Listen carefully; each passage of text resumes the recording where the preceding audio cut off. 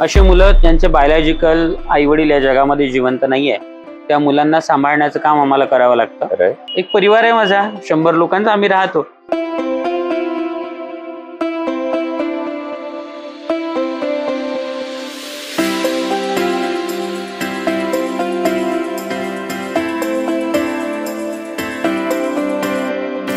म्हणतो ना, एक डिवाइन एनर्जी आहे जी तुमच्या मागे काम करते. बरोबर, ती दैवी एनर्जी आहे तुमच्या पर्सनॅलिटी मागे. मी बायोलॉजिकल आश्रमात येणारे रूप आहे, लोकांची वाहवा, लोकांनी केलेलं अप्रिशिएशन, हे सगळं क्षणी. हे काही टिकणाऱ्या गोष्टी आहे का? आज अप्रिशिएशन करतील, उद्या पेपर मध्ये एक लाईन चुकीची छापून आली तर हा नालायक का म्हणेल.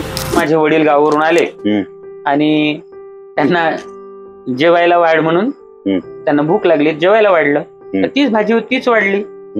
ते जेवले, त्यांनी तिथे काहीच नाही म्हटलं आणि ते घरी गेले आणि ते खूप रडायला लागले. हे सगळं करत असताना तुमच्या सोबत आलेले सगळ्यात वाईट अनुभव मला ऐकायचे आहेत.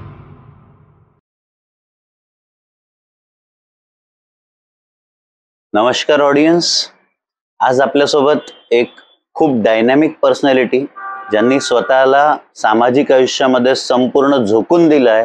एक एन्चेंटिंग अमेझिंग स्टोरी, जिथे तुम्हाला selflessness, detachment from the material things आणि खूप सगळं समाजाबद्दल दिलेलं डेडिकेशन, बिलकुल सेल्फलेस होऊन दिलेलं डेडिकेशन, असं जर का एका कोणत्या तरी पर्सनॅलिटीत बघायचं असेल तर आपल्याकडे त्याचं साक्षात मूर्तिमंत उदाहरण म्हणजे शिवाजी चौधरी सर.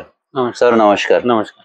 आणि मी खूप थँकफुल आहे, तुम्ही मला अगदी त्वरित वेळ दिला आणि आज या डिस्कशनसाठी, आपण आज या पॉडकास्टसाठी तुम्ही उपलब्ध झाले. फर्स्ट ऑफ ऑल तुमचं स्वागत ह्या पॉडकास्टमध्ये. पॉडकास्ट सिरीजचं नाव आहे अनफिल्टर्ड स्टोरीज. सर, कोणतंही डिस्कशन स्टार्ट करायच्या अगोदर मला वाटतं की म्हणजे मी तुम्हाला इंट्रोडक्शन करून दिल्यापेक्षा, तुमचं इंट्रोडक्शन पब्लिकमध्ये केल्यापेक्षा तुम्हीच तुमच्या कार्याबद्दल जास्त चांगल्या प्रकारे पब्लिक पर्यंत तुम्ही तुमचं पोहोचवा आणि त्यांना अवेअर करा की एक्झॅक्टली तुमचं वर्क काय चालू आहे, ते कोणत्या प्रपोर्शनवर चालू आहे, कोणत्या स्केलवर चालू आहे, हे पण त्यात जरूर इन्क्लूड कराल. शिवाजी सर. सध्या आपण अनाथ मुलं, म्हणजे आम्ही त्यांना अनाथ म्हणत नाही, पण अशी मुलं ज्यांचे बायोलॉजिकल आई वडील या जगामध्ये जिवंत नाहीये, दुर्दैवाने त्या मुलांना सांभाळण्याचं काम आम्हाला करावं लागतं.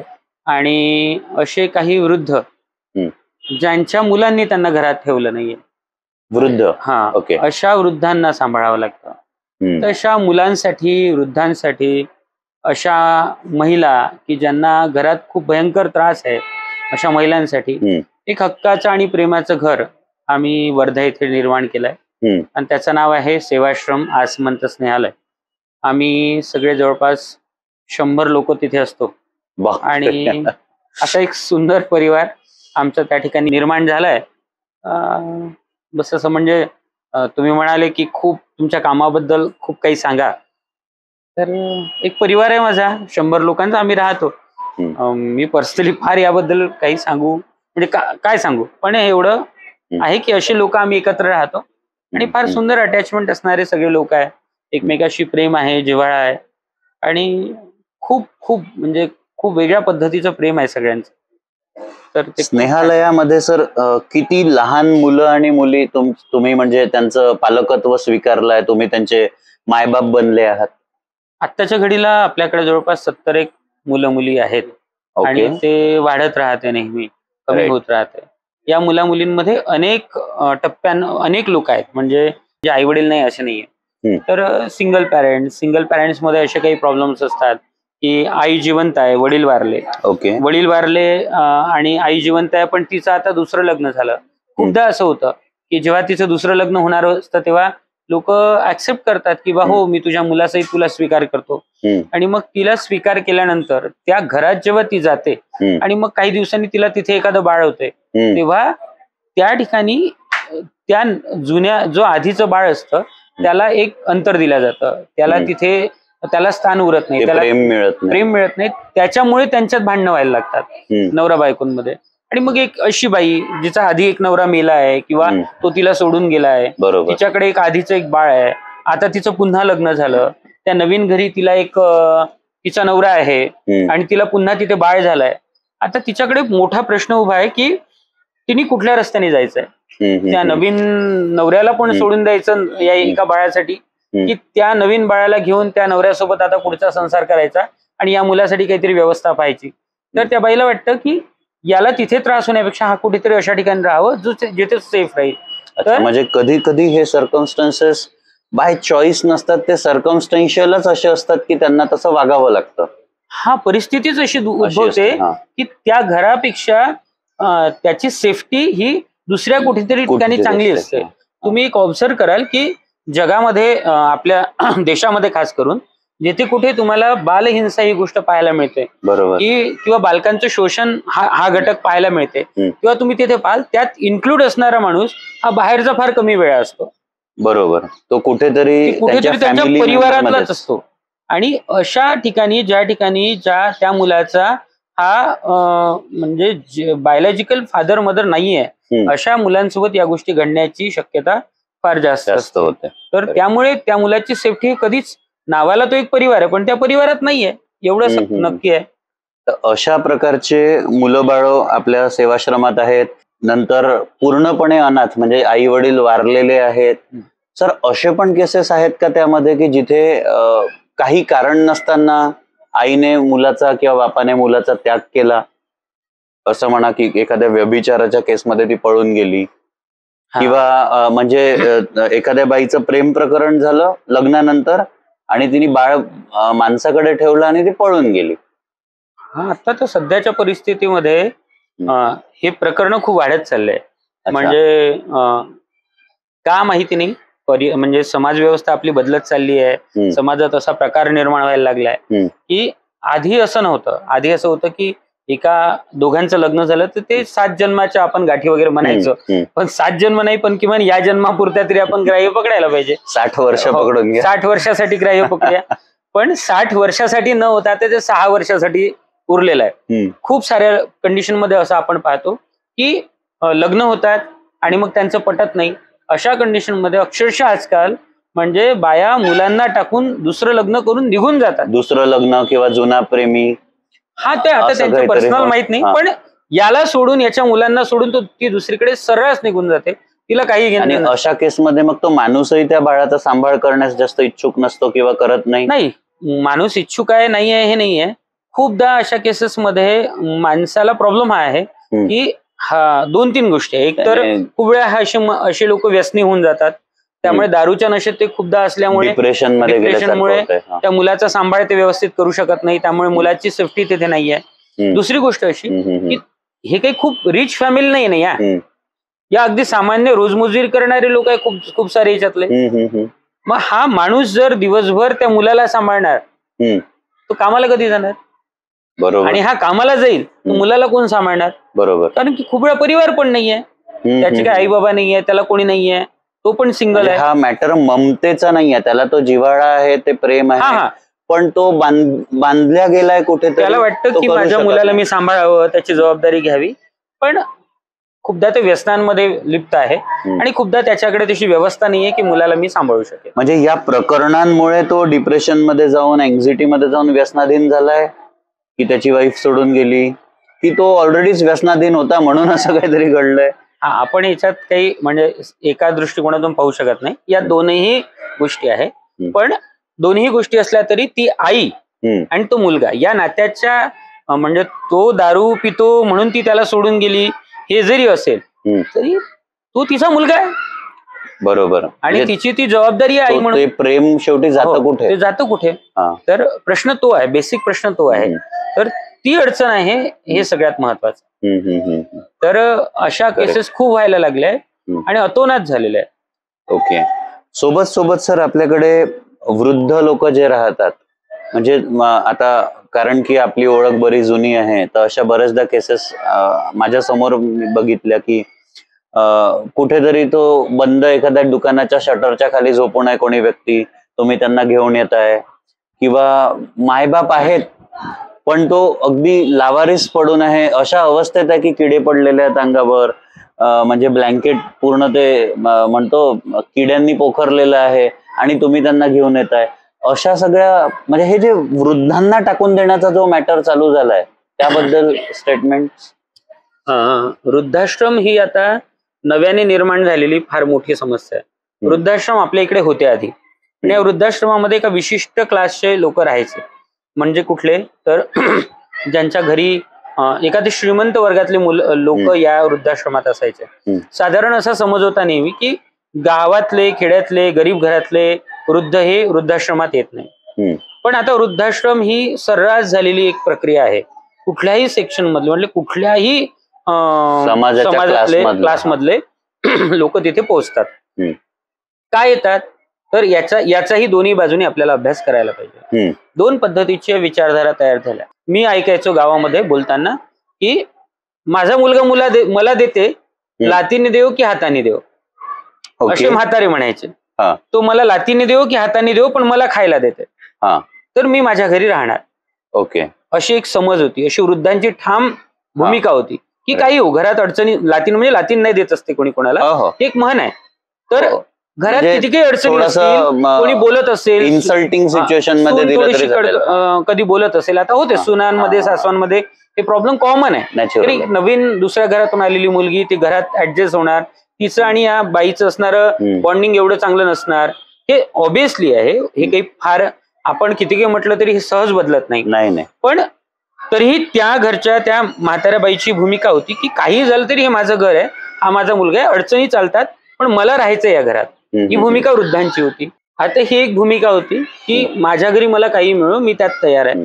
दुसरी ही भूमिका होती, आपण वृद्ध आहे त्यांच्या बाजूने विचार करूया की आधी जेव्हा चॉईसेस केल्या जायचे तर पहिल्यांदा तर फॅमिली मोठी होती.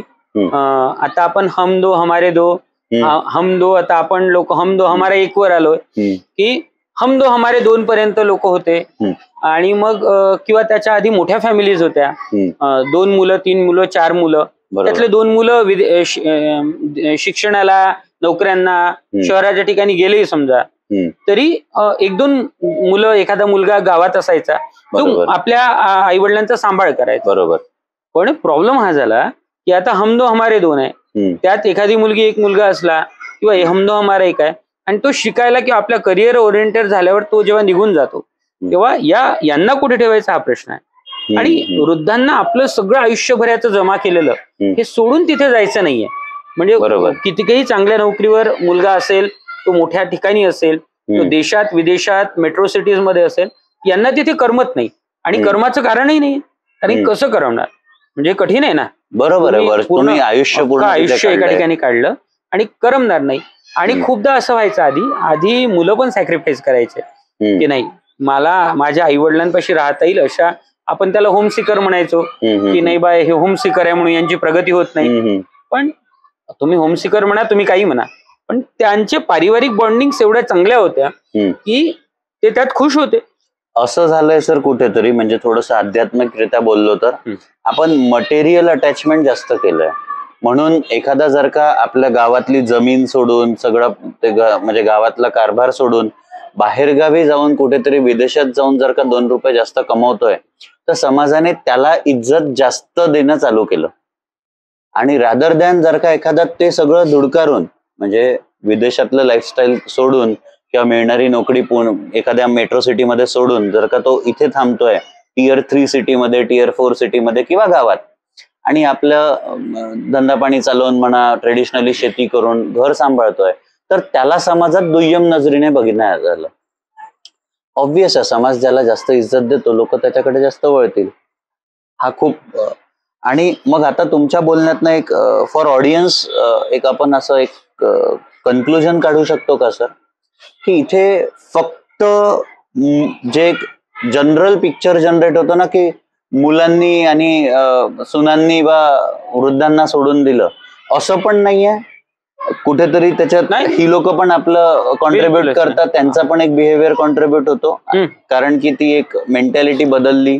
नाही बा आम्हाला बिना कॉम्प्रोमाइजचं जगायचं, कोणाचं ऐकून न जगायचं. ऐकू हा राईट, मी ऐकून घेऊ. आणि एक दुसरी बाजू अशी पण आहे की कुठेतरी मायबाप कसे पण असतील, पण मुलाबाळांनी पण त्यांची जिम्मेदारी त्या पोटतिडकीने घेणं बंद केलंय. हा, आपले भावनिक जे अटॅचमेंट होतं, ज्याला तुम्ही आता मटेरियलिस्टिक लाईफ कडे जाण्याचा हे लोकांचा शोध म्हटलं, आपण आजकाल त्याला खूप फॅन्सी नाव दिलंय, practical approach towards life. Approach. आणि गांधी म्हणतात त्याला मॅड रेस म्हणून. गांधी त्याला राईट राईट ट्रू. आपल्या आश्रमात आहे तिथे लिहून मॅड रेस. सेवाग्रामला मॅड रेस, एक पागल दौड आहे. काय आहे पागल दौड? तर आधी तुमच्याकडे एक चांगलं पक्क मकान आहे, मी बघितलं आपल्या बाजूलाच एक छान पक्क मकान होतं, पण जरा जुन्या स्टाईलचं होतं. घराला काहीच झालं नव्हतं, घर मस्त, घरात भरपूर खोल्या, हवेशीर, सगळं चांगलं, पण ते जुन्या फॅशनचं होतं. म्हणून अक्षरशः पूर्णच्या पूर्ण घर पाडून डिमॉलिश केलं आणि आता पुन्हा नवीन घर बांधतात. करेक्ट. असे 100 उदाहरणं प्रत्येक आहे. बरं का? कारण की कोणातरी माझ्या मित्राचं नव्या पद्धतीचं आता घर आहे. राईट. याला एक पागल दौड म्हणून गांधीजींनी म्हटलं की हे किती दिवस चालणार? एक घर बांधायचं, मग तिथे सोफा घ्यायचा, मग तिथे फ्रीज घ्यायचा, मग तिथे कूलर घ्यायचा, आणि जे घेतलं ते मग चांगलं नाही म्हणून ते टाकून द्यायचं आणि पुन्हा घ्यायचं, पुन्हा एक नवीन घ्यायचं. आणि हे सगळं घेण्यासाठी बरं तुमच्याकडे खूप अफाट संपत्ती आहे म्हणून तुम्ही फावल्या पैशातून घेत असाल तर ठीक पण आहे, पण हे सगळं करण्यासाठी कर्ज घ्यायचं, पूर्ण कर्ज पण घ्यायचं, आणि आपलं पूर्ण आयुष्य जे तुम्ही जगू शकता आनंदाने आपल्या परिवारासोबत, आपल्या हितचिंतकांसोबत चांगल्या पद्धतीनं, हे सगळंच्या सगळं भयंकर भयंकर लोड मध्ये येऊन ते भयंकर वर्क मध्ये घालवायचं. हे एक वेगळ्या पद्धतीची लाईफस्टाईल तयार झाली आहे. याला वस्तूंची म्हणू शकतो आपण एक मूर्ख अटॅचमेंट जास्त झालं, पागल दौड आहे. गांधींनी म्हटल्यावर मी धावतोय, का धावतोय? जो धावला माझ्या पुढे, आधी हे महत्वाचं आहे ना, की ज्याला फॉलो मी करतोय तो त्याच्या शेवटच्या अंतिम टप्प्यापर्यंत पोहोचला का, तो त्याच्या लक्ष्यापर्यंत पोहोचला का? तुम्ही मला या जगामध्ये एक सिंगल माणूस दाखवून द्या जो या रेसमध्ये धावला आणि त्याला आपलं जे काही साध्य करायचं होतं ते त्याला प्राप्त झालं. असं एकही माणूस सापडणार नाही. मग ज्या रेसमध्ये कोणी जिंकणारच नाहीये, ज्या रेसमध्ये काही प्राप्त होणारच नाहीये, त्या रेसमध्ये आम्ही का धावतो? करेक्ट. आणि हा विचार फार शाश्वत आहे. मी ऑडियन्सला, म्हणजे आपल्या पॉडकास्टच्या व्ह्युअर्सला हे सांगण्यास खूप म्हणजे एक्साइटेड आहे की प्रॅक्टिकली सरांजवळही हा, शिवाजी सरांजवळही हा सुंदर ऑप्शन होता की ते एक आपलं छोटंशी फॅमिली, बायको, पोरं घेऊन खूप सुखात जगू शकले असते. घरी शेती, वाडी, माय बाप, जॉब पाहिजे असता तर जॉब मिळाला असता. त्यांनी हे सगळं, म्हणजे ठीक आहे आजही ते आपल्या सगळ्या गोष्टींची जिम्मेदारी निभवून एवढ्या मोठ्या परिवार, म्हणजे कितीतरी अनाथांची माय म्हणा, बाप म्हणा, आता काय म्हणा, आणि याच्यात म्हणजे माधवी वहिनी, शिवाजी सरांच्या ज्या लाईफ पार्टनर आहेत, यांचा खूप मोठा हात आहे. पॉडकास्टमध्ये एक मेन्शन करायचं आहे मला की माधवी वहिनी स्वतः 80 लोकांचा स्वयंपाक स्वतः पोळ्या लाटतात. 80 लोकांचा स्वतः पोळ्या लाटून स्वयंपाक करतात. ते अजूनही माणूस ठेवत नाहीत, एखादी बाई माणूस ठेवत नाहीत. मी एक वेळा सरांशी बोलता बोलता विचारलं, सर खरंच कंबर, हात हे सगळं सोडून म्हणजे वहिनींनी जे वाहून घेतलंय, आज कसं होतं ना, शेवटी स्नेहालयाचा चेहरा शिवाजी सर आहेत. ऑब्व्हियसली त्यांनी त्या डेडिकेशनने उभं केलंय, पण त्याच्या बॅकग्राऊंड मध्ये एखाद्या पर स्त्रीने येऊन ते सगळं त्यांनी वाढवलेला संसार स्वतः आत्मसात करणे आणि किती मेहनत करणे, तर 50-100 लोकांच्या पोळ्या रोज 2 वेळच्या. आणि जेव्हा विचारलं की सर असं कसं, तुम्ही का नाही एक ठेवत, तर ते म्हणे आमचं मग प्रेम कसं व्यक्त होणार? ती भावना समजून घ्या. आमचं प्रेम त्या मुलाबाळांबद्दल, त्या वृद्धांबद्दल कसं व्यक्त होणार, तर हे प्रेम आमच्या त्या पोळ्यांमधनं उतरतंय. अशी लोक या जगात आहेत आणि हे आपल्या समोर सध्या बसलेली आहेत. तुम्ही जे म्हणताय ना की तुम्ही का करता किंवा कसं करता, आता मी म्हणजे हाच प्रश्न घरी जाऊन, एका बाईच्या घरी 2 मुलं आहे, एका बाईच्या घरी 10 मुलं आहे. 10 मुलंवाली बाई कधी म्हणते का की बाई मी 10 लोकांचा स्वयंपाक करते? पण सर 80, हा तर ते मुलं आहेत आपले, ते आपल्यावर प्रेम करतात. त्याच्या बदल्यात काय मिळतं याचा विचार पण तुम्ही करा. तुम्ही हे लोकांना, म्हणजे आता तुम्ही लोक नेहमी, जो कोणी पण जेव्हा विचारतं मला, आम्हाला प्रश्न की तुम्ही एवढं कसं करता, त्याच्या बदल्यात आम्हाला काय मिळतं याचा तुम्ही कधी विचार नाही करत. पण या ब्रॅकेटमध्ये हे समजून घ्यायला पाहिजे ना सर, की तुम्हाला कोणत्याही प्रकारची गव्हर्नमेंट कडनं एड मिळत नाही. तुम्हाला जरी तुमचं जरी अनाथाश्रम हे म्हणजे अप्रूव्ड आहे, लिगल आहे, पण तुम्हाला 1 रुपयाची मदत येत नाही गव्हर्नमेंट कडनं. तुम्ही कोणत्याही प्रकारे कधीही मला आजपर्यंत कोणतं डोनेशन मागताना दिसले नाही. तुम्हाला ऑटोमॅटिक ते फ्लो मध्ये येत आहे. जे हितचिंतक आहेत ते म्हणजे असं म्हणा त्यांना थोडंसं समाजाबद्दल आहे, ते ऑटोमॅटिकली एक म्हणतो ना एक डिवाइन एनर्जी आहे जी तुमच्या मागे काम करते. खरं तर ती दैवी एनर्जी आहे तुमच्या पर्सनॅलिटी मागे. मी बायोलॉजिकल मी नाही, तुम्ही नाही, तुमच्या आजूबाजूला तो ऑरा निर्माण झालाय की बहुतेक ते सगळं तुम्हाला हेल्प आउट करून जात आहे. आणि एवढा मोठा संसार तुम्ही तो तुकडोजी महाराज म्हणतात, तुकडोजी महाराजांनी लिहून ठेवलंय फार सुंदर, सेवेने अंगी सामर्थ्य येते, जे जे म्हणाल ते ते होते. मी प्रेक्षकांसाठी पुन्हा रिपीट करतो, सेवेने अंगी सामर्थ्य येते, जे जे म्हणाल ते ते होते, हस्ते परहस्ते सर्वची होते कार्य त्यांचे. महाराजांवर आमचा विश्वास आहे, श्रद्धा आहे. आणि संपूर्ण विदर्भाची किंवा बहुतेक महाराष्ट्राची श्रद्धा आहे. पण हे काही कविता नाही लिहिल्या, या ग्रामगीतेत लिहिल्या, त्या कविता नाही आहे. तू एका झाडावर मी एका झाडावर, तू तिकडे मी इकडे, असं काही नाहीये. ते एका महान संताच्या त्या सगळ्या तपस्येतून उतरलेलं साहित्य आहे. तर त्याला काहीतरी अर्थ आहे, आणि ते अर्थ तो आम्ही जगतो. आणि मी अनुभवलं. सेवा केली तर एवढंच तुम्हाला सामर्थ्य येते की जे जे म्हणाल ते ते होते. आणि होते, मी तुम्हाला कसं सांगू, आता मी सांगेल तर तुम्ही विश्वास नाही करणार. ऐकणारे लोक माझ्यावर आरोप करते अंधश्रद्धा पसरवतो म्हणून. तर आम्ही कसं सांगू तुम्हाला, की आत्ता समजा मी दुपारी बसलोय, आणि दुपारी मी बसलोय आणि आज त्या दिवशीची गोष्ट घेऊ ना, आम्ही चाललो होतो, माधवी आणि मी चाललो होतो बाईकवर. बाजूला त्या आंब्यांचा ढीग होता, कच्च्या आंब्यांचा, आणि आदल्या दिवशी वादळ येऊन गेलं होतं. आमच्या गावाला, आमच्या शेतामध्ये आंब्याचे झाड आहे. बरोबर. तर माधवी मला म्हणाली, काय तुम्ही म्हणे एवढे आंबे बघा, की लोकांनी आंबे विकायला आणले, तुम्ही थोडेसे गावाला गेले असते. माझं गाव काही दूर नाही, 10-15 किलोमीटर गाव आहे, 15-20 किलोमीटर. तुम्ही थोडेसे गावाला गेले असते, आंबे इतके पडले असतील, काल वादळ आलं तर एक थैली आंबे घेऊन आले असते. सगळ्या पोरांना आपण मस्त पन्ह वगैरे बनवलं असतं, छान आता आमरस बनवलं असतं, पोरांना खाऊ घातलं असतं.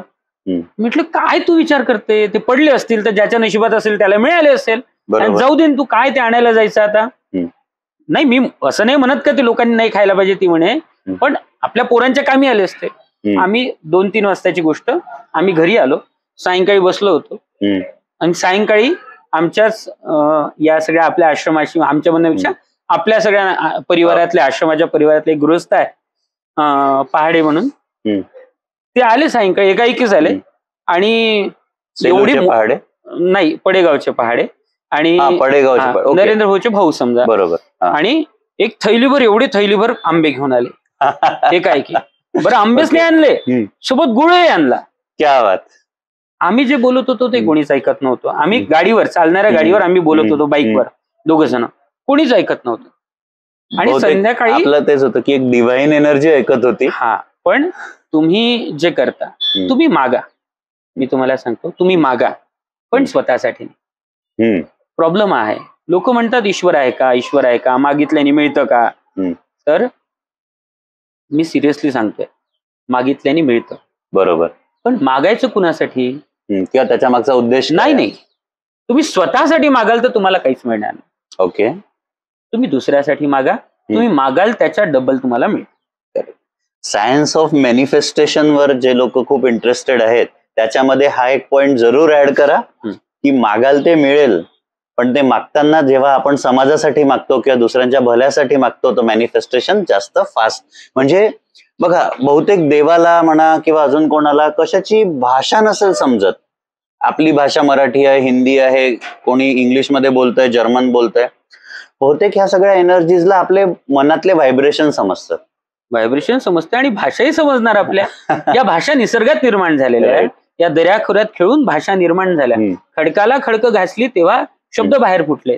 तर हे निसर्गातून निर्माण झालं. तुम्ही ट म्हणता, हे तुमच्या तोंडातून यायच्या आधी ट हा निसर्गात कुठेतरी उमटला, आणि मग सूत्र आपल्या मुखात आला, बरोबर, तर ती भाषा निसर्गातून आली, तर निसर्गाला सगळं कळतं. Great thought. हो, अमेझिंग. तर ते सगळं कळतं आणि बघतो कोणीतरी, हे लक्षात ठेव.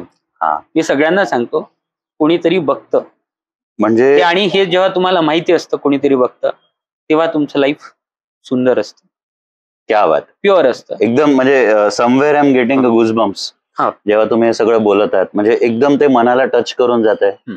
एक जर्नी सरांशी आम्ही बघितली, ज्यावेळी खूप अगदी मला वाटतं सर 8-10 वर्ष अगोदर एक 15-17 मुलं होती, एक हॉल होता जो रेंटवर घेतलेलं घर होतं, माझ्या घरापासून जवळ होतं. त्यावेळी माझ्या वाऱ्या पण थोड्या फ्रिक्वेंट होत्या. तुम्हाला वेळ भरपूर होता असं म्हणा. त्या 17 मुलांमध्ये आम्ही ती शिस्त बघायचो की रोज मुलं संध्याकाळी प्रार्थनेला बसतात, जेवणाच्या अगोदर ती नमस्कार करतात आणि खूप काही होतं. अभ्यासाला बसतात, सर स्वतः अभ्यास घेतात. 2 पोरं जर का भांडत असतील तर सर देतात धबाके म्हणून. आणि ते त्या मुलांमध्ये ते जिव्हाळा, अभ्यासही कर, संस्कारही द्या, धबाकेही द्या, सगळं करून ते मुलं शाळेत गेली पाहिजे, हे त्या 15 मुलांसोबत आम्ही बघितलं. हळूहळू ग्रोथ होत होत, बहुतेक थोडस दुरून का होईना, माझं भाग्य चांगलं की मी त्या तुमच्या जर्नीचा साक्षीदार आहे, रेग्युलर आहे. आणि एक छोटासा प्लॉट बघणे आणि त्या प्लॉट मधून एक आजच्या तारखेला स्नेहालय, म्हणजे गेल्यावर असं वातावरण आहे जो किलबिलाट आहे. झाडं म्हणा आणि त्या झाडांवर बसलेले पक्षी आणि झाडाखाली खेळणाऱ्या चिमण्या, म्हणजे त्या आपले लहान मुलं, बरं त्या झाडांना पाणी देणारे ते वृद्ध, हे सगळं काही बघून अक्षरशः मन भारावतं की आज स्नेहालय त्या 15 पोरांची जर्नी आणि इथे 80, आता लहान, आपण वृद्धांना पण तुमची पोरच म्हणूया सगळे. हो हो कारण की ते वृद्ध वय पण एक लहान मनासारखं, लहान बाळासारखं नाही, बाळच आहे ते, बाळांपेक्षा बाळ आहे. म्हणजे पोरं सांभाळणं सोपी आहे, वृद्ध सांभाळणं कठीण, म्हणजे महाकठीण आहे. म्हणजे कसं सांगू मी तुम्हाला, भयंकर कठीण आहे. तर ही जर्नी जी बघितली ना, आज जेव्हाही, म्हणजे मी आवर्जून म्हणतो वर्धेला या, तुम्ही स्नेहालयला एक व्हिजिट द्या. इतकं सुंदर ते लाकडाचं कंपाऊंड आणि ते म्हणजे झाडं लावलेली, लहानसं वासरू, गाय, जो किलबिलाट आहे ना तिथे, तुमचं अर्ध्या तासात 15 मिनिटात तुम्ही एका वेगळ्या एनर्जीने स्नेहालयामधनं बाहेर याल. आणि तुम्ही दिस इज नॉट द ऍडव्हर्टिजमेंट, हा माझा पर्सनल एक्सपिरियन्स बोलतोय. ऍडव्हर्टाइजमेंट आपण करूही नाही, करतच नाही, ते कधीच करत नाही, तर मी कोणीच नाही. आणि एक महत्वाची गोष्ट, ते लाकडाचं कंपाऊंड तुम्ही म्हटलं म्हणून मला सांगायचं आहे, ते लाकडाचं कंपाऊंड जे आहे, त्यात आमच्या वीरेंद्र सरांच्या लग्नात असणारी ती भाजी मेथीची, व्हॉट एन आयडिया. हो, ते जे लाकडाचं कंपाऊंड आहे ना, ते बांबूचं, ते बांबू कुठले असतील, तर ते बांबू माणूस मेल्यानंतर जे तिरडी असते त्या तिरडीचे उरलेले बांबू आहे. आणि त्या बांबूपासून आम्ही स्वतः, मुलांनी आणि आम्ही स्वतः ते हाताने तयार केलेलं ते सगळं सेटअप आहे. आणि तिरडीच्या बांबूंचं आमचं प्रथम सर, मला खरंच सांगायचं आहे, वर्धा जिल्हा ना, का म्हणतात त्याला, आशीर्वाद आहे. आपल्या खूप फेमस एक, ज्यांनी पुण्यामध्ये नंतर, sorry, I am really sorry की मला नाव आठवत नाहीये, सिंधुताई सपकाळ आमच्या वर्धा जिल्ह्याच्या आहेत. त्यांनी पण किती मोठं कार्य उभं केलं आणि कुठून तरी स्मशानाचा पुन्हा तिथे संदर्भ होता. You must go and see the story of Sindhutai Sapkal, किंवा बहुतेक माझ्या पॉडकास्टर्सला ते पहिले माहितही स्मशानाची गोष्ट काढली म्हणून सांगतो. सिंधुताई सांगायच्या, मी स्मशानात गेली आणि एक दिवस तिथे अन्न शिजवून खाल्लं आणि सुंदर काय ते, आणि माईंचा आम्हाला आशीर्वाद आहे. माईंनी आम्हाला आशीर्वाद दिला जायच्या आधी, बहुतेक वर्धेला दिला. आणि पण आमचं तुम्हाला गोष्ट सांगतो की ते आमचं गेट म्हटलं, जे मुख्य गेट आहे ते तिरडीच्या बांबूंचं बनलेलं गेट आहे मुख्य.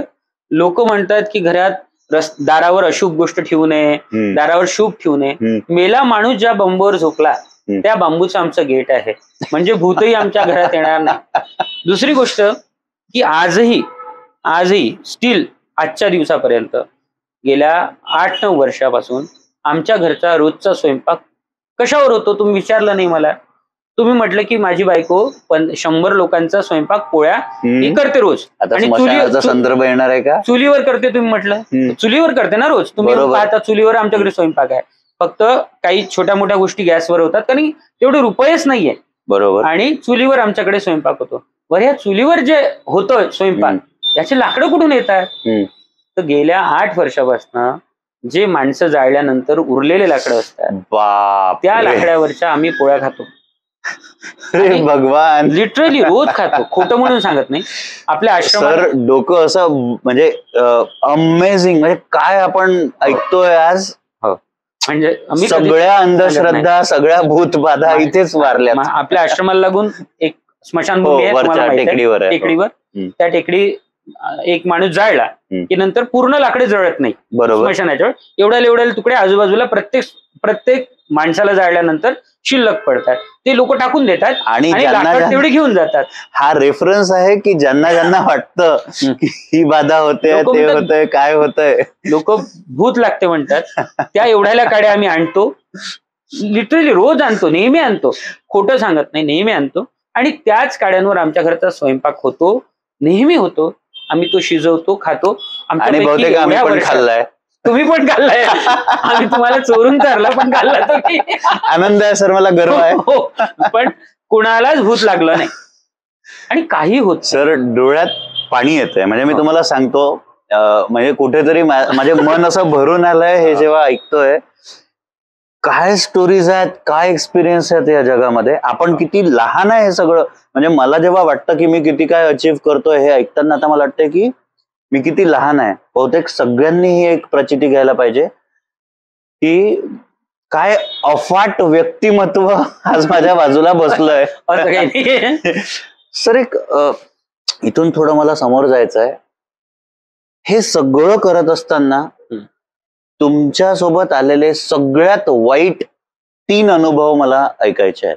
मी चांगल्यावर पण अगोदर वाईट पाहिजे. अरे मला ते ऐकवण्यामध्ये फार इंटरेस्ट नाहीये, खरंच आहे आम्हाला. अरे मला खरं सांगतो, माझे एवढे कार्यक्रम होतात, प्रबोधन होते, फार म्हणजे आपलं दुःख लोकांना सांगून त्यातनं काही भांडवल उभं करणं या मानसिकतेचा मी कधीच नाही. आपण पॉडकास्ट थ्रू सर एक अवेअरनेस करतोय समाजामध्ये. तुमचा भाव चांगला आहे, पण मी माझं स्वतःचं मत सांगतो. कारण की दुःख कुणाकडे नाहीये त्या जगात. तुमचं स्वतःचं व्यक्तिगत दुःख असेल, ज्याच्या घरी खूप संपन्नता दिसते त्याच्याही आयुष्यात भयंकर दुःख आहे, आपण सांगू शकत नाही. दुःख प्रत्येकाचे फार मोठे आहे, त्यामुळे दुःखांबद्दल फार बोलू नये. एक छोटासा प्रसंग, मी दुःख म्हणून सांगत नाही, पण एक स्ट्रगल सांगतो आमची. पण मला एक सगळ्यात त्यातला आजपर्यंतचा आठवल्यावर तुम्हाला मनातनं वाईट वाटतं तो प्रसंग ऐकायचा खरंच आहे सर. म्हणजे जरी तुम्ही अवॉइड करताय, आय वॉन्ट दॅट फोर्सफुल. काय ते नाही, जिथे तुमचं मन भरून येईल. नाही ना.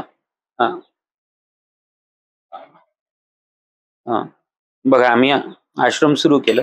आश्रम काही मी एकट्याने सुरू नाही केलं, तुम्हाला सगळ्यांना माहिती आहे.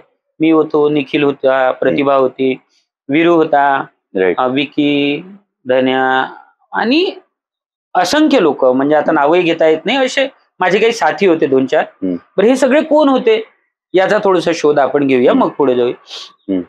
तर हे सगळे अगदी गावाखेड्यातून आलेले शेतकऱ्याचे आणि शेतमजुराचे पोरं होते. बरोबर. आणि एक कॉलेजमध्ये शिकताना एक उर्मी निर्माण झाली की आपण काहीतरी चांगलं करायचं, समाजासाठी करायचं. अनेक महापुरुषांचा माझा सगळा संबंध होता आणि ते माझ्या मागं वाहवत आले सगळेजण आणि आपलं आयुष्य दिलं. आता आम्ही जेव्हा आश्रम सुरू केलं तेव्हा माझं वय 27-28 वर्षाचं होतं. बरोबर. आणि सगळे माझ्यापेक्षा लहान होते वयाने.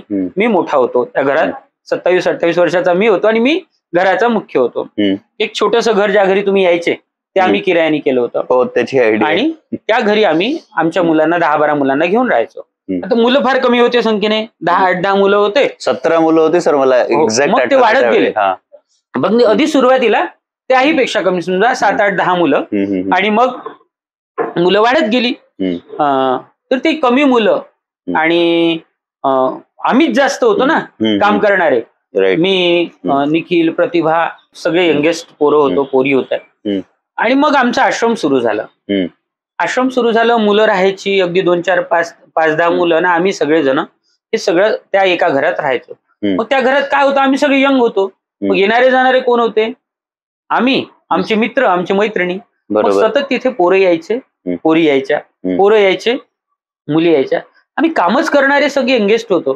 तर अर्थातच कोणी म्हातारे यायचं कारण नाही होतं तिथं. कोणी डोनर आले तेवढेच, पण डोनर तर यायचेच नाही. म्हणजे बरोबर. आम्ही असे वाट बघत वाट पाहायचो. म्हणजे आमच्याकडे जेव्हा पहिल्यांदा डोनर आले होते, पहिला डोनर ज्या दिवशी आला होता, तर आम्ही जय्यत तयारी केली होती. म्हणजे आज आपल्याकडे पाहुणे येणार आहे, तशी Okay. त्याची तयारी केली होती. मला आताही आठवते ते सगळं. आणि बापरे, त्याचं किती कौतुक होतं आम्हाला. तर मग त्याच्यामुळे कोणी यायचं नाही. असं आमचा एक परिवार होता, आम्ही राहत होतो. आणि ते पोरं लहान लहान पोरं, आता हे पोरं खूप लहान होते. आणि ते सुरू होतं. आणि अगदी एकांतात असणारं घर होतं, आजूबाजूला हो, हो. विरळ वस्ती होती. त्या आजूबाजूच्या लोकांना सतत संशय यायचा. इथे मुली येतात, इथं मुलं येतात, इथे मुली येतात, इथं मुलं येतात. म्हणजे नेमकं इथे खूप वाईट काहीतरी काम चालतं. ओके, म्हणजे आपण सरळ साध्या शब्दात बोलूया की तिथे प्रॉस्टिट्यूशनचं काम चालू आहे का? चालतं, इथं व्यवसाय चालतो, असं त्यांचा संशय होता. आणि संशयच नव्हता, त्यांना असं पक्क पक्क वाटायचं की इथं असंच काहीतरी किंवा चालतं. कोणीतरी टिप वगैरे दिल्यासारखं. असं काहीतरी. बरं, हे सगळं चालू असताना हे आम्ही त्या घरात राहायचो. मी राहायचो, माझी पत्नी राहायची, आमचा सगळा परिवार, म्हणजे परिवार बाकी सगळे साथी होते. आणि सगळा समाज आमच्याकडे असा पाहायचा की आम्ही त्या घरामध्ये असा कुठला तरी रॅकेट चालवतो. आणि त्यांनी तीच गोष्ट आमच्या त्या घरमालकाला जाऊन सांगितली की बाबा, इथे तुमच्याकडे असा असा धंदा चालतो. आता तो माणूस चांगल्या हृदयाचा होता, खराब नव्हता. पण कोण नाही घाबरणार. बरोबर. त्याला वाटलं असं माझ्या घरात चालतंय. तो आम्हाला घर खाली करून मागायला लागला. आणि मग ते सुरू झालं. तर ही फिलिंग मला फार त्रासदायक होती की ज्या घरात मी राहत होतो, माझ्या बहिणी होत्या, माझी बायको होती, सगळा समाज आमच्याकडे या नजरेने बघा, खूप घाणेरड्या नजरेने पाहायचा. आणि तो दिसायचा आम्हाला, असं नाही, त्यांची पाहण्याची नजर एवढी घाण होती म्हणजे आम्हाला पाणी पण नाही द्यायचं कोणी. आम्ही ते घर होतं, त्या घरी बोर पण नव्हती. राईट. त्याच्या मागच्या बाजूला एक सार्वजनिक विहीर होती. आणि ते सार्वजनिक विहीर म्हणजे खूप जुनी विहीर, शेतातली, म्हणजे लेआउट पडायच्या आधीची. तर त्याला बांधली नव्हती, काही नव्हती, अशीच डबक्याची विहीर होती. आणि उन्हाळ्यात त्याचं पाणी आटून जायचं. नेमकं आमच्या मागच्या घरी बोर होतं, त्याच्याकडे पाणी होतं भरपूर. ओके. तो लावायचा मोटर, आणि ते पाणी वर यायचं. आणि ते पाणी, त्याची मोटर भरली, ते पाणी मागच्या बाजूला सांडायचं. ते तुम्ही आता उन्हाळ्यामध्ये आम्हाला आंघोळीला पाणी नाही, कशाला पाणी नाही, तर त्याचं पाणी सांडणं सुरू झालं की आम्ही सगळेच्या सगळे त्या धारीखाली उभे राहायचो, मुलाबाळांना घेऊन, म्हणजे आमच्या आंघोळी होऊन जातील म्हणून. पण जेव्हा त्याच्या लक्षात आलं की हे लोक याच्यावर आंघोळ करतात, अरे या माणसाचं पाणी रोज 15 मिनिटं वाया जायचं, त्याचं पाणीच वाया जाणं बंद झालं. तो पाण्याचा थेंब पडला की बंद करायचा, मग तोपर्यंत 15-15 मिनिट पाणी वाया जायचं. इतका आम्हाला त्रास होता, लोक आम्हाला पाणी पण नाही द्यायचे. तर आम्ही तिथून ते दिवस काढत होतो. आणि या सगळ्या परिस्थितीत आम्ही होतो. आणि तो माणूस आम्हाला म्हणायचा, तुम्ही घर खाली करून द्या. आता हे 15-16 पोरं, ते सगळा परिवार जाणार कुठे, तर आम्हाला घर देईल कोण? जेव्हा आम्ही घर भाड्याने केलं होते तेव्हा त्यांना फक्त एवढंच म्हटलं, आमच्या घरी 2-4 पोरं राहणार आहे. आणि आता वाढला होता परिवार, कोणी घरच द्यायला तयार नव्हतं. तुम्हाला लिटरली सांगतो, मी 2 महिने फिरलो. हो, केशव सिटीला मग आपण नंतर घर मिळालं. 2 महिने आम्हाला कोणी घर दिलं नाही. एक माणूस घर द्यायला तयार नव्हता. ते घर एक आउटरचं घर होतं, कोणीच तिथे राहायला करून त्याचं घर कोणीच भाड्याने करत नव्हतं, कारण ते एकटं घर होतं, तिथे परिवार राहू शकत नव्हता. म्हणून त्या व्यक्तीने आम्हाला घर दिलं. आणि दिवाळीच्या दुसऱ्या दिवशी आम्ही घर खाली केलं. 2 महिने मी सतत झोपत नव्हतो.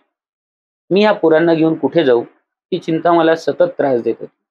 पण 2 महिन्यात लोकांचे असंख्य घरं खाली पडून कोणी आम्हाला घर दिलं नाही. मी इथपर्यंत विनंती केली लोकांना, खाली प्लॉट द्या, आम्ही शेड काढू टिनाचा, कोणी काहीच दिलं नाही. पण सुदैवाने आज आमच्याकडे सगळंच आहे. वा, तर प्रश्नच नाही, हे सगळं येत राहतं आयुष्यात आज सगळं.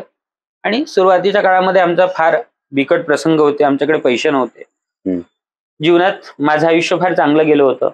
तर भाजीपाला आणणे, स्वयंपाक करणे, म्हणजे घरच्या काही ज्या विवंचना असतात ते कधी मी पाहिलं नव्हतं. माझ्या लहानपणापासून सगळं माझ्या आईबाबांनी मला एक सुरळीत चांगलं आयुष्य मिळालेलं असल्यामुळे मग जेव्हा आम्ही आश्रम सुरू केलं आणि मग आश्रमात खूप विवंचना यायला लागली, पैसे नव्हते आमच्याकडे, डोनर तर तुम्हाला सांगितलं वर्षभर डोनर नावाची गोष्ट नव्हती, तुम्ही वाट बघितली एका लेवलवर. तर आणि आमचं ठरलं होतं असं म्हणजे त्या पद्धतीचं डोनेशन मागायला कोणाकडे जायचं नाही, वा तुम्ही मोठे माणूस आहे आमच्यावर दया करा असं नाही मागायचं कोणाला. मग काय करायचं, एक प्रतिभा म्हणून पोरगी होती आमच्या सोबत, आताही आहे, हिंगणघाटला आपलं वृद्धाश्रम सांभाळते. तर प्रतिभा मला सांगे, दादा उद्या आपल्याकडे काहीच नाही, आमच्याकडे लिटरली पूर्ण गहू संपले होते, आता काय करायचं, स्वयंपाक करायला काही नाहीये, अन्न आणि पैसे नव्हते आमच्याकडे, तर काय करायचं. पोझिशन आजही असते का सर? अन्नाच्या बाबतीत तशी कंडिशन होत नाही, पण अनेक गोष्टी असतात, मुलांच्या फीस भरायच्या असते आणि पैसे नसते, वेगळ्या पद्धतीचे प्रॉब्लेम्स असतात. आता जेवणाचा प्रश्न नसते, पण मुलं मोठी झालीत ना आता, तर प्रश्न बदलले. बरोबर. पण परिस्थिती तीच आहे. तर आता आपल्याकडे काहीच नाही असं तिने मला सांगितलं, काय करायचं काय करायचं. म्हटलं थांब. दुसऱ्या दिवशी पहाटे उठलो मी 4 वाजता, आंघोळ केली, पूजा केली आणि तिला म्हटलं प्रतिभाला तयारी कर. प्रतिभा आणि मी दोघं जण बाईक काढली आणि बाजूला एक गाव आहे त्या गावामध्ये गेलो. सकाळी 7 वाजले होते. 7 वाजतापासून आम्ही पोतो होतो आमच्या हाती. आम्ही गावातल्या पहिल्या दाराच्या समोर उभं होतो आणि मागत होतो की आमचं अनाथ आश्रम आहे, आम्हाला तुम्ही दान द्या, आम्हाला गहू द्या. आता एखादा 27-28 वर्षाचा पोरगा, एखादी 25-26 वर्षाची पोरगी आणि कुठलंच म्हणजे आणि ते तसे कपडे वगैरे काही कुठला प्रकार नव्हता ना, साधं आपलं टी शर्ट पॅन्ट घालून गेलो होतो. कोण विश्वास ठेवणार आम्ही अनाथ आश्रम चालवतो म्हणून. आणि काहीच विश्वास ठेवायला तयार नाही लोक फ्रॉड समजायला लागले आम्हाला. आम्ही 12 वाजेपर्यंत फिरलो. आम्हाला कुठे एखादी पायली मिळाली असेल फक्त, पण आम्हाला विशेष अशी काही मदत झाली नाही. मग 12 वाजता नंतर 1 वाजता नंतर 2-4 लोक सज्जन त्यांनी थोडीफार मदत केली, आमची अर्धी थैली वगैरे गव्हाची भरली. मग आम्हाला एका जणांनी सजेस्ट केलं तुम्ही सरपंचांकडे जा, तिथून तुम्हाला मदत होईल. मग आम्ही गेलो, त्यांना सांगितलं की आमच्याकडे अशी अडचण आहे, आम्हाला अन्न पाहिजे. चांगले सज्जन गृहस्थ होते, त्यांनी फोन केला तिच्या राशनच्या दुकानवाल्यांना किंवा तुम्ही यांना एक पोतं गहू देऊन द्या. आता ते राशनच्या दुकानवाल्याला फोन केला, आम्ही राशनवाल्याकडे गेलो. तर राशनच्या दुकानवाल्याला आमच्याशी काय घेणं देणं. बरोबर. त्यांनी आम्हाला गहू दिले, एक पोतं गहू दिले, आम्ही गाडीवर ठेवले आणि घरी आणले. मला सांगतो ते गहू जेव्हा आम्ही उघडले, मातीच माती, तर माती नाही, माती चालली असती, पण जेव्हा गहू असे आम्ही उघडल्याबरोबर त्यातनं इतके सोंडे बाहेर निघाले की त्याची काही कल्पनाच नाही. बरं, ते निघाले, नंतर आम्ही ते साफ केले. त्यात सिंगल दाना नव्हता सर असा की त्या संपूर्ण गव्हामध्ये एक सिंगल असा दाना नव्हता की ज्याला आता टोचलं नाहीये. ते पूर्णच्या पूर्ण गहू आतमधून पूर्ण पोकळ होते, फक्त दिसायला आपल्याला कव्हर दिसत होते. तरी आम्ही ते गहू सगळे मिळून, आम्ही पोरं सगळ्यांनी मिळून, एवढी ती क्रूरता नाही, त्यांनाही काय माहिती, आपण कोणाला दोष देऊ नये. त्यांनी दिले, त्याला काय आहे, द्यायचे आहे दिले. त्यांनी पडलेलं पोत आहे बा, जुनं आहे, कोणी घेत नाही, हे थोडासा खराब माल आहे, हा घेऊन घ्या. आणि ते दिले, आम्ही ते गहू साफ केले. त्याची कणिक जेव्हा आणली दळून, त्या कणकीच्या पोळ्याच नाही यायच्या. पोळी लाटली की ती फाटून जायची, कारण त्यात काही कंटेंटच नव्हता, फक्त तो भुसाच होता.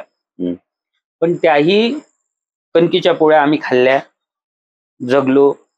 त्याच कणकीच्या पोळ्या म्हणजे आमच्या सगळ्या मुलांनी खाल्ल्या, माझ्या स्वतःच्या मुलांनी खाल्ल्या लहान असताना. योग, कारण की ठरलेलं होतं आमचं, वेगळं काही कोणासाठी म्हणणार नाही. बिलकुल. आणि त्यातनं आम्ही दिवस काढले. फक्त कणिकच नाही खाल्ली ती, तर आमच्याकडे भाजीपाला नसायचा, बेसन करायला डाळ नसायची. आणि जेव्हा आम्ही बेसन केलं, आम्ही बेसन म्हणजे कणकीच्या पोळ्या करायच्या आणि तिखट मिठाची फोडणी घातली की त्यात कणिकच टाकायची, म्हणजे त्याचं बेसन तयार होतं. आणि असेही दिवस काही निघाले, पण खूप दिवस नव्हते असे. काही दिवस होते जीवनात, पण ते निघाले. आज चांगले दिवस आहे. फक्त एक म्हणजे खूप वाईट याचं वाटलं या सगळ्या प्रकारांमध्ये. एकदा असंच ते आपली पानकोबी असते ना, पानकोबीची भाजी केली होती. आणि म्हणजे फारच कमी आणायचो ना मी भाजीपाला, तर त्यात रश्श्याची पानकोबी होती ती. आणि नेमके माझे वडील गावावरून आले आणि त्यांना जेवायला वाढ म्हणून त्यांना भूक लागली, जेवायला वाढलं, तर तीच भाजी होती, तीच वाढली. ते जेवले, त्यांनी तिथे काहीच नाही म्हटलं आणि ते घरी गेले आणि ते खूप रडायला लागले किंवा माझा मुलगा कोणत्या सिच्युएशन मध्ये. तर त्यांना खूप दुःख झालं त्याचं. पण काही नसतं असं, आपल्यापेक्षा उपाशी झोपणारे लोक आहे, आपण काहीतरी खाऊन दिवस काढले तर ठीक आहे. हे झालं सर एक वाईट एक्सपिरियन्सेसची कहाणी. अशा काही गोष्टी आल्या असतील यात असं जाणवलं की खरंच हे जे मी करतोय आज माझं जीवन खरंच सफल झालं बा. तर जे प्रेरणा देणारे म्हणा, सुख अनुभव म्हणजे तुमच्या कार्यातनं जे येणारं सुख होतं, काही एक दोन असे क्षण ज्यावेळी तुम्ही आनंदाने गहीवरून आले, असा एखादा प्रसंग किंवा एक दोन प्रसंग. The positive side of this discussion. हो, मी एक कविता लिहिली की तुम्ही एक प्रसंग म्हटलं म्हणून मी सांगतो की जीवनाच्या या 4-5 चालते नाही, जीवनाचा या सोहळा झाला मरणाचाही होऊ दे, जीवनाचा या सोहळा झाला मरणाचाही होऊ दे, आणि मरता मरता मुखी देवा नाव तुझे चिरावू दे. मला हे सुचलं कारण की तुम्ही एक प्रसंग म्हणता, आज अख्खा आयुष्य सोहळा आहे. आमच्या घरी काय नसते सांगा. म्हणजे आमच्या घरी वाढदिवस, तुम्ही आपल्या मुलांचा वाढदिवस लोक करतात, किती लोक बोलवतो आपण, आजूबाजूचे 10-12 पोरं बोलवले तर लोक म्हणतात आम्ही सेलिब्रेट केला. आमच्याकडे 100-200 लोक, 100-150 लोकांचे वाढदिवसच नाही होत ना, प्रत्येकाचा वाढ. बरोबर. अफाट आहे सगळे आमच्याकडे, अफाट आहे. हसणं खळखळून हसू तर पूर्ण आभाळ फाटून जाईन एवढा हसतो आम्ही सगळे. आणि रडायला बसले सगळे, कोणाला काही झालं आणि कोणी रडायला बसलं तर आश्रमाच्या भिंती फाटून जाईल एवढे रडतात सगळे. तर सगळे एकमेकाशी अगदी क्लोज आहे, एकमेकाच्या अक्षा नात्यात गुंतले. वेगळे नाते आहे, त्या नात्यांना नाव नाहीये. हा तुम्ही याला पाहता प्रेमला, किती लहान होता, 4थ्या 5व्या 6व्या वर्गाचा पोरगा, आता ग्रॅज्युएशन करतोय, फायनल इयरला आहे, किती मोठा झाला. लहानपणापासून कसं गुंतत गेलो आम्ही, काय काय झालो. मुलगा झाला माझा, भाऊ झाला माझा, मित्र झाला माझा, बाप होईन काही दिवसांनी माझा, है ना, सांभाळेल मला, काळजी घेईल, आहे की नाही. हे सगळं सगळं सगळं किती आनंददायी आहे. हे पोरं पास होतात, पोरं मार्क आणतात चांगले. एवढे वर्ष झाले माझ्या आश्रमात, पोरं मोठी मोठी झाले, ग्रॅज्युएशनला गेले, पोस्ट ग्रॅज्युएशन. माझा एकही पोरगा तंबाखाचा तुकडा तोंडात टाकला नाही. हो, माझ्या एकाही पोराने आजपर्यंत खर्रा खाल्ला नाही. बरोबर. हे मी पर्सनली पण बघत आलोय. हे माझं अचिव्हमेंट आहे, याचाच मला आनंद आहे. बाकी तर काय काय झालं, इतक्या गोष्टी झाल्या की लोकांनी इतकं भरभरून सगळं दिलं, प्रेम दिलं, म्हणजे विश्वास दिला. आणि म्हणजे मला आता सुचत नाही एक प्रसंग सांगायला, पण दरवर्षी घडतंय. एवढ्या पोरांचे रिझल्ट येते, कसं सांगू, त्या दिवशी किती आनंद असतो. मी आता माझ्या पोरी नर्स झाल्या 2-3, एक तर आता महिमा आता झाली, महिमाचं झालं, तिचं ग्रॅज्युएशन झालं, तिचं नर्सिंग, आता जॉब करेल. आता एक मुलगा फार्मसीला लागला, त्यांनी जीपॅडची एक्झाम दिली, 97% मिळाले त्याला पीजीला. कराडला नंबर लागला, गव्हर्नमेंट कॉलेजला, 12,000 रुपये स्टायफंड सुरू झाला त्याला. आणखी काय पाहिजे. माझ्या इथला BSW ला एक पोरगा आपल्या आश्रमामध्ये फर्स्ट इयरला नागपूर विद्यापीठाचा टॉपर आहे, पूर्ण नागपूर विद्यापीठाचा, आमच्या आश्रमात पोरं. म्हणजे ह्या सगळ्या मुव्हमेंट मधनं म्हणा किंवा ह्या सगळ्या जर्नी मधनं घ्या ना सर, ह्या सगळ्या जर्नी मधनं असे पण काही कहाण्या निघत आहेत की जे आता स्वतःच्या इंडिव्हिज्युअल सक्सेस स्टोरीज लिहित आहेत. म्हणजे जे कुठेतरी जर का शिवाजी सरांचा हात नसता तर ही मुलं जिथे चिखलात रुतलेली असती किंवा समाजाच्या त्या भागात असती जिथे आपण गुन्हेगारी प्रवृत्ती वाढत जाते, क्रिमिनल मेंटॅलिटी होत जाते, किंवा कुठे ते वाढूच शकले नसते. आज त्यांच्या आयुष्याला एकदम वेगळं काहीतरी टर्न देऊन नाव they are writing their own success stories. लोक येतात माझ्याकडे आणि म्हणतात किती गोंडस पोर आहे तुमची, किती छान आहे.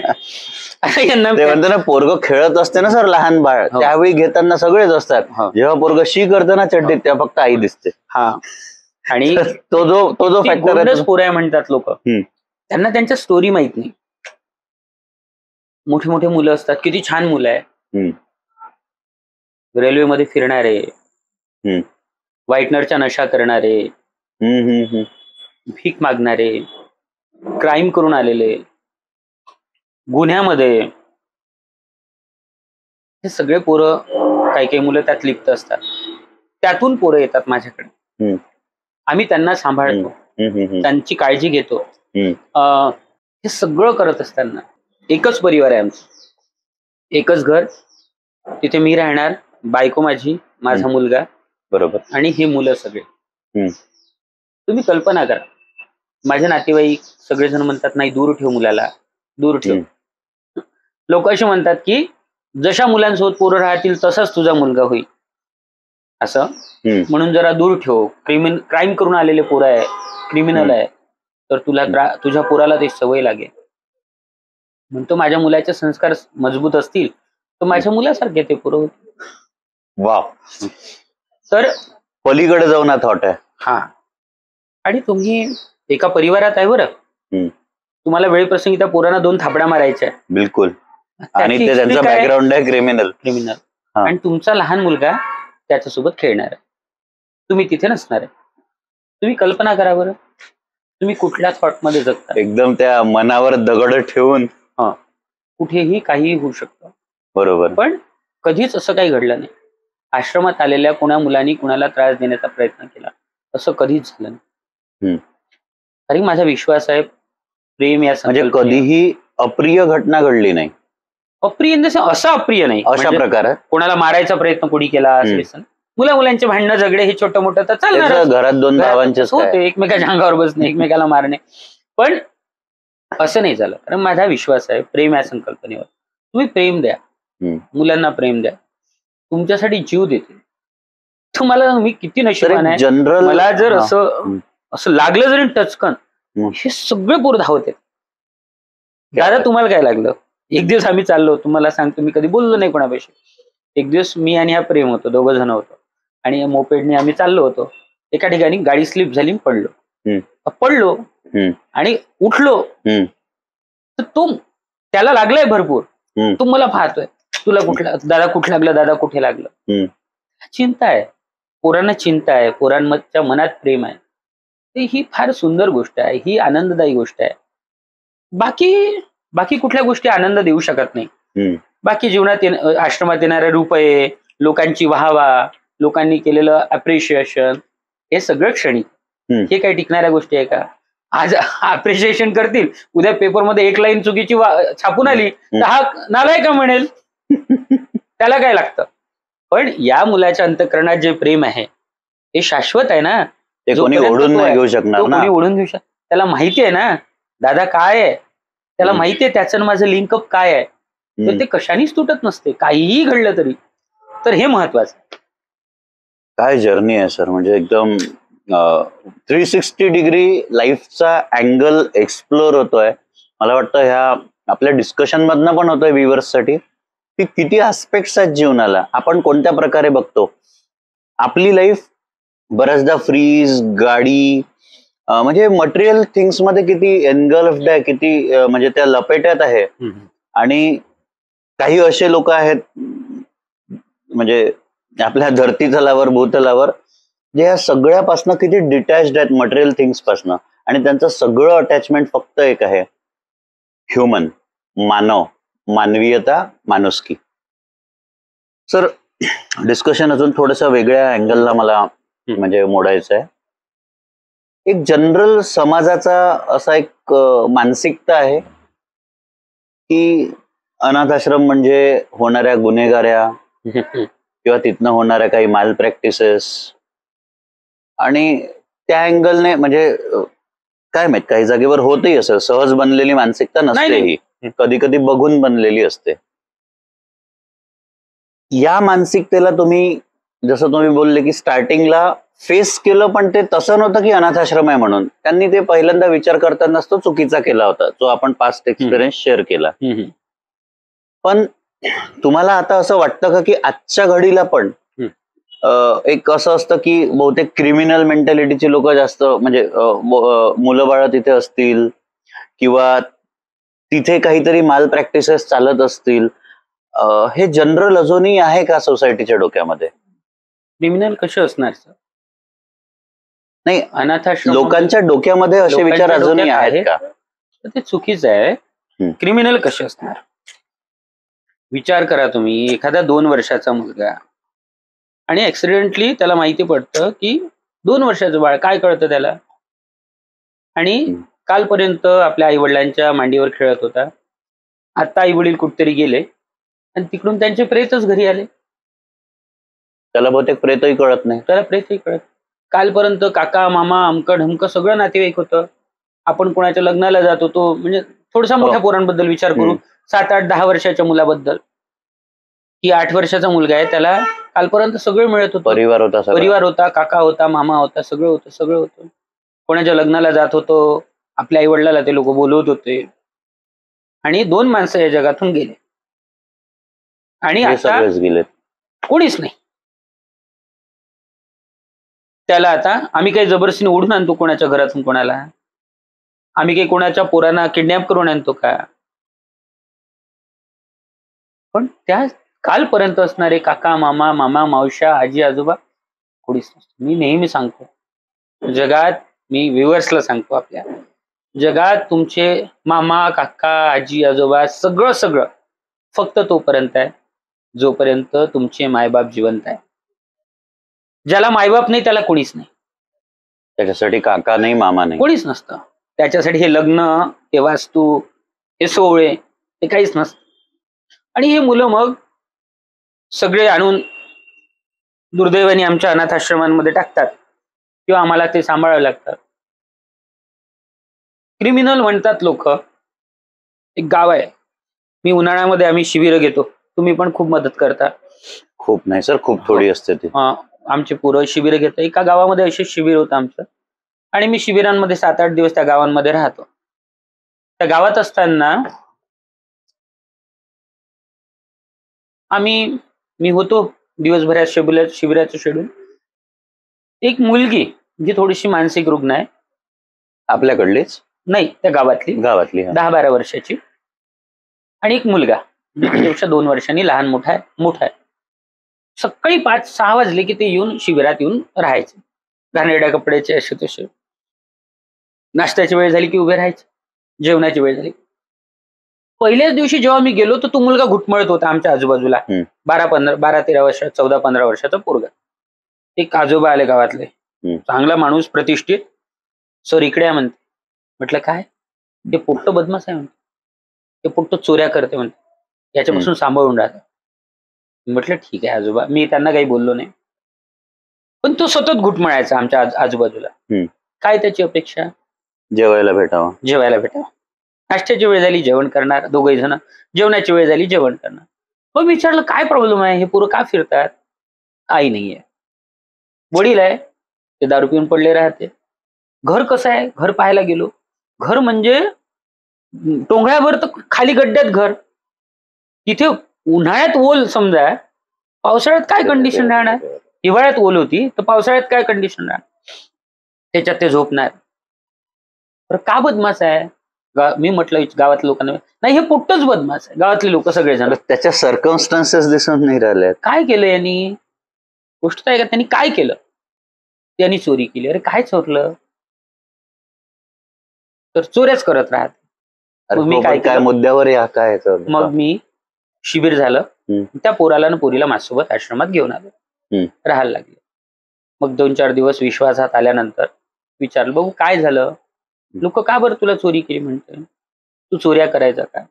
हो दादा, 1 वेळा चोरी केली. काय चोरलं? हो 1-2 वेळा चोरलं. काय चोरलं? तर काही नाही. तर मंदिरात की नाही तेल होतं. मंदिरात लोक तेल ठेवतात डबकीभर दिवा लावायसाठी. सण वगैरे काही आला आणि बाकीच्यांच्या घरी भजे वगैरे बनत, त्याच्याकडे बेसन होतं. आणि मग आपण भजे बनवू. काय त्या म्हणजे त्या वयोगटातल्या मुलाची काय चुकीची भावना? तर भज्याला काय लागतील, ते पाण्याने भजे होते का, तेल लागतं ना. तो गेला मंदिरात, डबकीभर तेल उचलून आणलं, चोरलं, मारलं लोकांनी.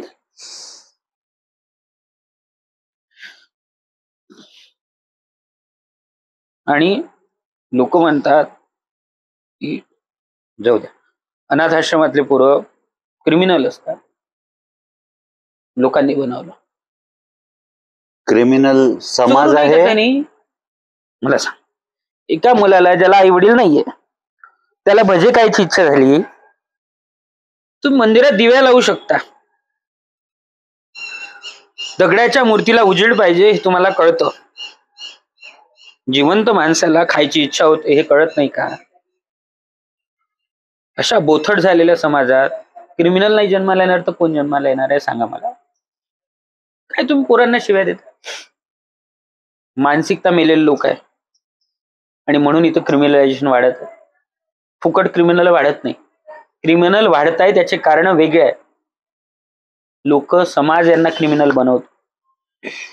कोणाची माय मेली तर त्याला मायचं प्रेम देण्याला कोणी मिळालंच नाही, तर त्याला बाईमध्ये आई दिसणच कशी? त्याला एखाद्या बाईने त्याच्या डोक्यावरून आई म्हणून हात फिरवावं ना, आहे की नाही? आणि म्हणून सुन्न करून टाकणारी जे हो स्टोरी आहे, भयंकर आहे सगळं. हे तर काहीच नाही आहे, खूप भयंकर आहे सगळं. आणि हे पोरं येतात, काहीच करत नाही, कुणाला थापडही मारत नाही. एवढे वर्ष माझे पोरं शिकतायत, शाळेत जातात, कॉलेजमध्ये जातात, एक दिवस एका शिक्षकांनी कंप्लेंट आणली नाही की तुमच्या पोरांनी कुणाला थापड मारली. आणि त्याच्यावर खुनाचा आरोप. विचार करा, का करतात पोरं असे, का वागतात असे? आपण समाज म्हणून काही देतोय का त्याला? काही करत नाही कोणी, कोणाला काही घेणं नाही. फक्त आश्रमात येऊन दान देऊन प्रश्न मिटत नाही.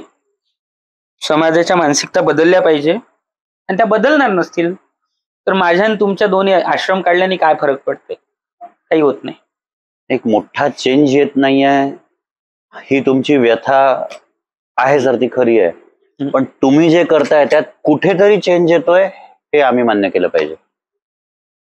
म्हणजे बहुतेक तेवढं मोठं मन माझं आजही, म्हणजे माझ्या परिवाराच्या सोबत अजून काही करून, म्हणजे असं काही एस्टॅब्लिश करण्याचं नव्हतं, ते तुमचं होतं. म्हणून ते आज 80 लोक जगू शकत आहेत, एक सन्मानाची जीवन जगत आहे, जिथे प्रेमाचा ओलावा नव्हता तो जगत आहे.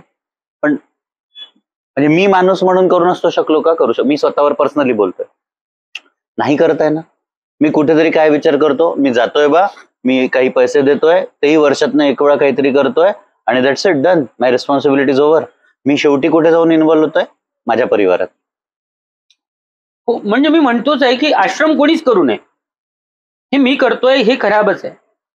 खराब मुळात आपण सगळे मिळूनच थोडं थोडं वाटून घेऊया ना, जिथे तिथेच त्या मुलांना सांभाळूया. माझ्या मुलासोबत एखादा मुलगा माझ्या क्षमतेनुसार, पैशाने नाही होत सर. पैसे दुय्यम गोष्ट आहे. खूप. घराई काम करणाऱ्या नोकर बाई असते ना, तिच्या मुलीचा लाड करत नाही हो लोक. लाड, लेकराचा लाड येत नाही. बिलकुल, हे बघितलंय मला मी. लेकराचाही लाड येत नाही. बरोबर. असं कसं? अशी कशी किळस येते म्हणते मला त्या मुलाची. मला म्हणजे मानवीय संवेदना बोथट होणे हा भाग वेगळा, पण त्या संवेदना मरून जाणे हा भाग वेगळा. मला तर सगळं न कळणार आहे. मी बोलत बसलो की लोक ते जाऊ द्या, मी बोलतच बसेल. नाही, आपल्याला बोलायचंच आहे, हे सगळं समाजासमोर मांडायचं आहे. बहुतेक हे विदारक सत्य आजपर्यंत लपून होतं जे तुम्ही बोलत आहे. काही नाही. मला सांगा, लेकराची किळस येते का कुणाला? लेकराची किळस. बरं, कुत्र पाळतायत ना. आम्ही तेच सांगून राहिलो की लेकराची किळस येते आणि कुत्र्याचा लाड येते. असं होत? अरे हो ना, थोडस मातीने भरलाय, थोडेसे कपडे खराब आहे, मासाचा गोळा आहे ना, त्याला जवळ घे, धुवून टाक. तुझ्याकडे इतके पैसे आहे, एखादा कपडा घालून दे, बरं जुनाच घाल एखादा. फरक काय पडते? पण नाही, अशी भीक द्यायची बघा, अशी भीक द्यायची. अरे हो ना, द्यायला पाहिजे पैसे, मी नाही म्हणत त्याला गरज असेल दे, पण 1 मिनिट जवळ त्याचा त्याचा मान सन्मान पूर्ण कुच करून देण्यात काय अर्थ आहे? नाही. कसं वाटत नाही मला हे कळत नाही की त्या बाईचा शेवटी तुम्ही सेल्फ एस्टीम किल करताय ना, असं तिच्या बाळाला तुम्ही असं ट्रीट करता. असं त्या बाळाला असं पकडावं, त्याला जवळ घ्यावं, त्याला विचारावं बाळा काय झालं, काय पाहिजे, ठीक आहे मागू दे, भीक मागते तर, पण प्रेमाने बोलायला हरकत काय?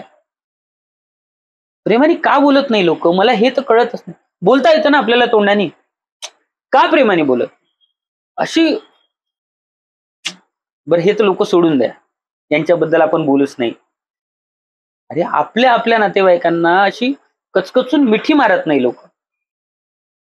म्हणजे असा या हृदयाचा तो ओलावा त्या हृदयात असा मिठीतून जात, कसं प्रेमच येत नाही लोकांना, कसं काय येत नाही सांगा बरं?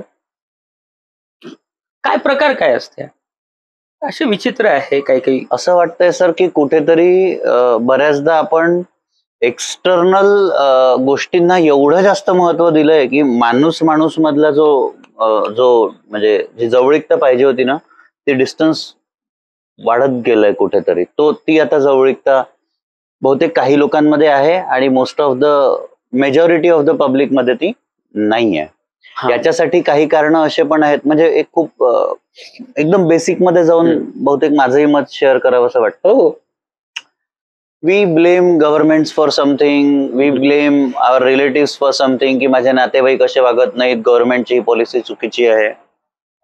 एक सांगा की का सगळ्या लोकांनी फ्रीमध्ये मिळणारं जिल्हा परिषदचं एज्युकेशन सोडून खूप महागड्या प्रायव्हेट शाळांमध्ये टाकणं चालू केलं?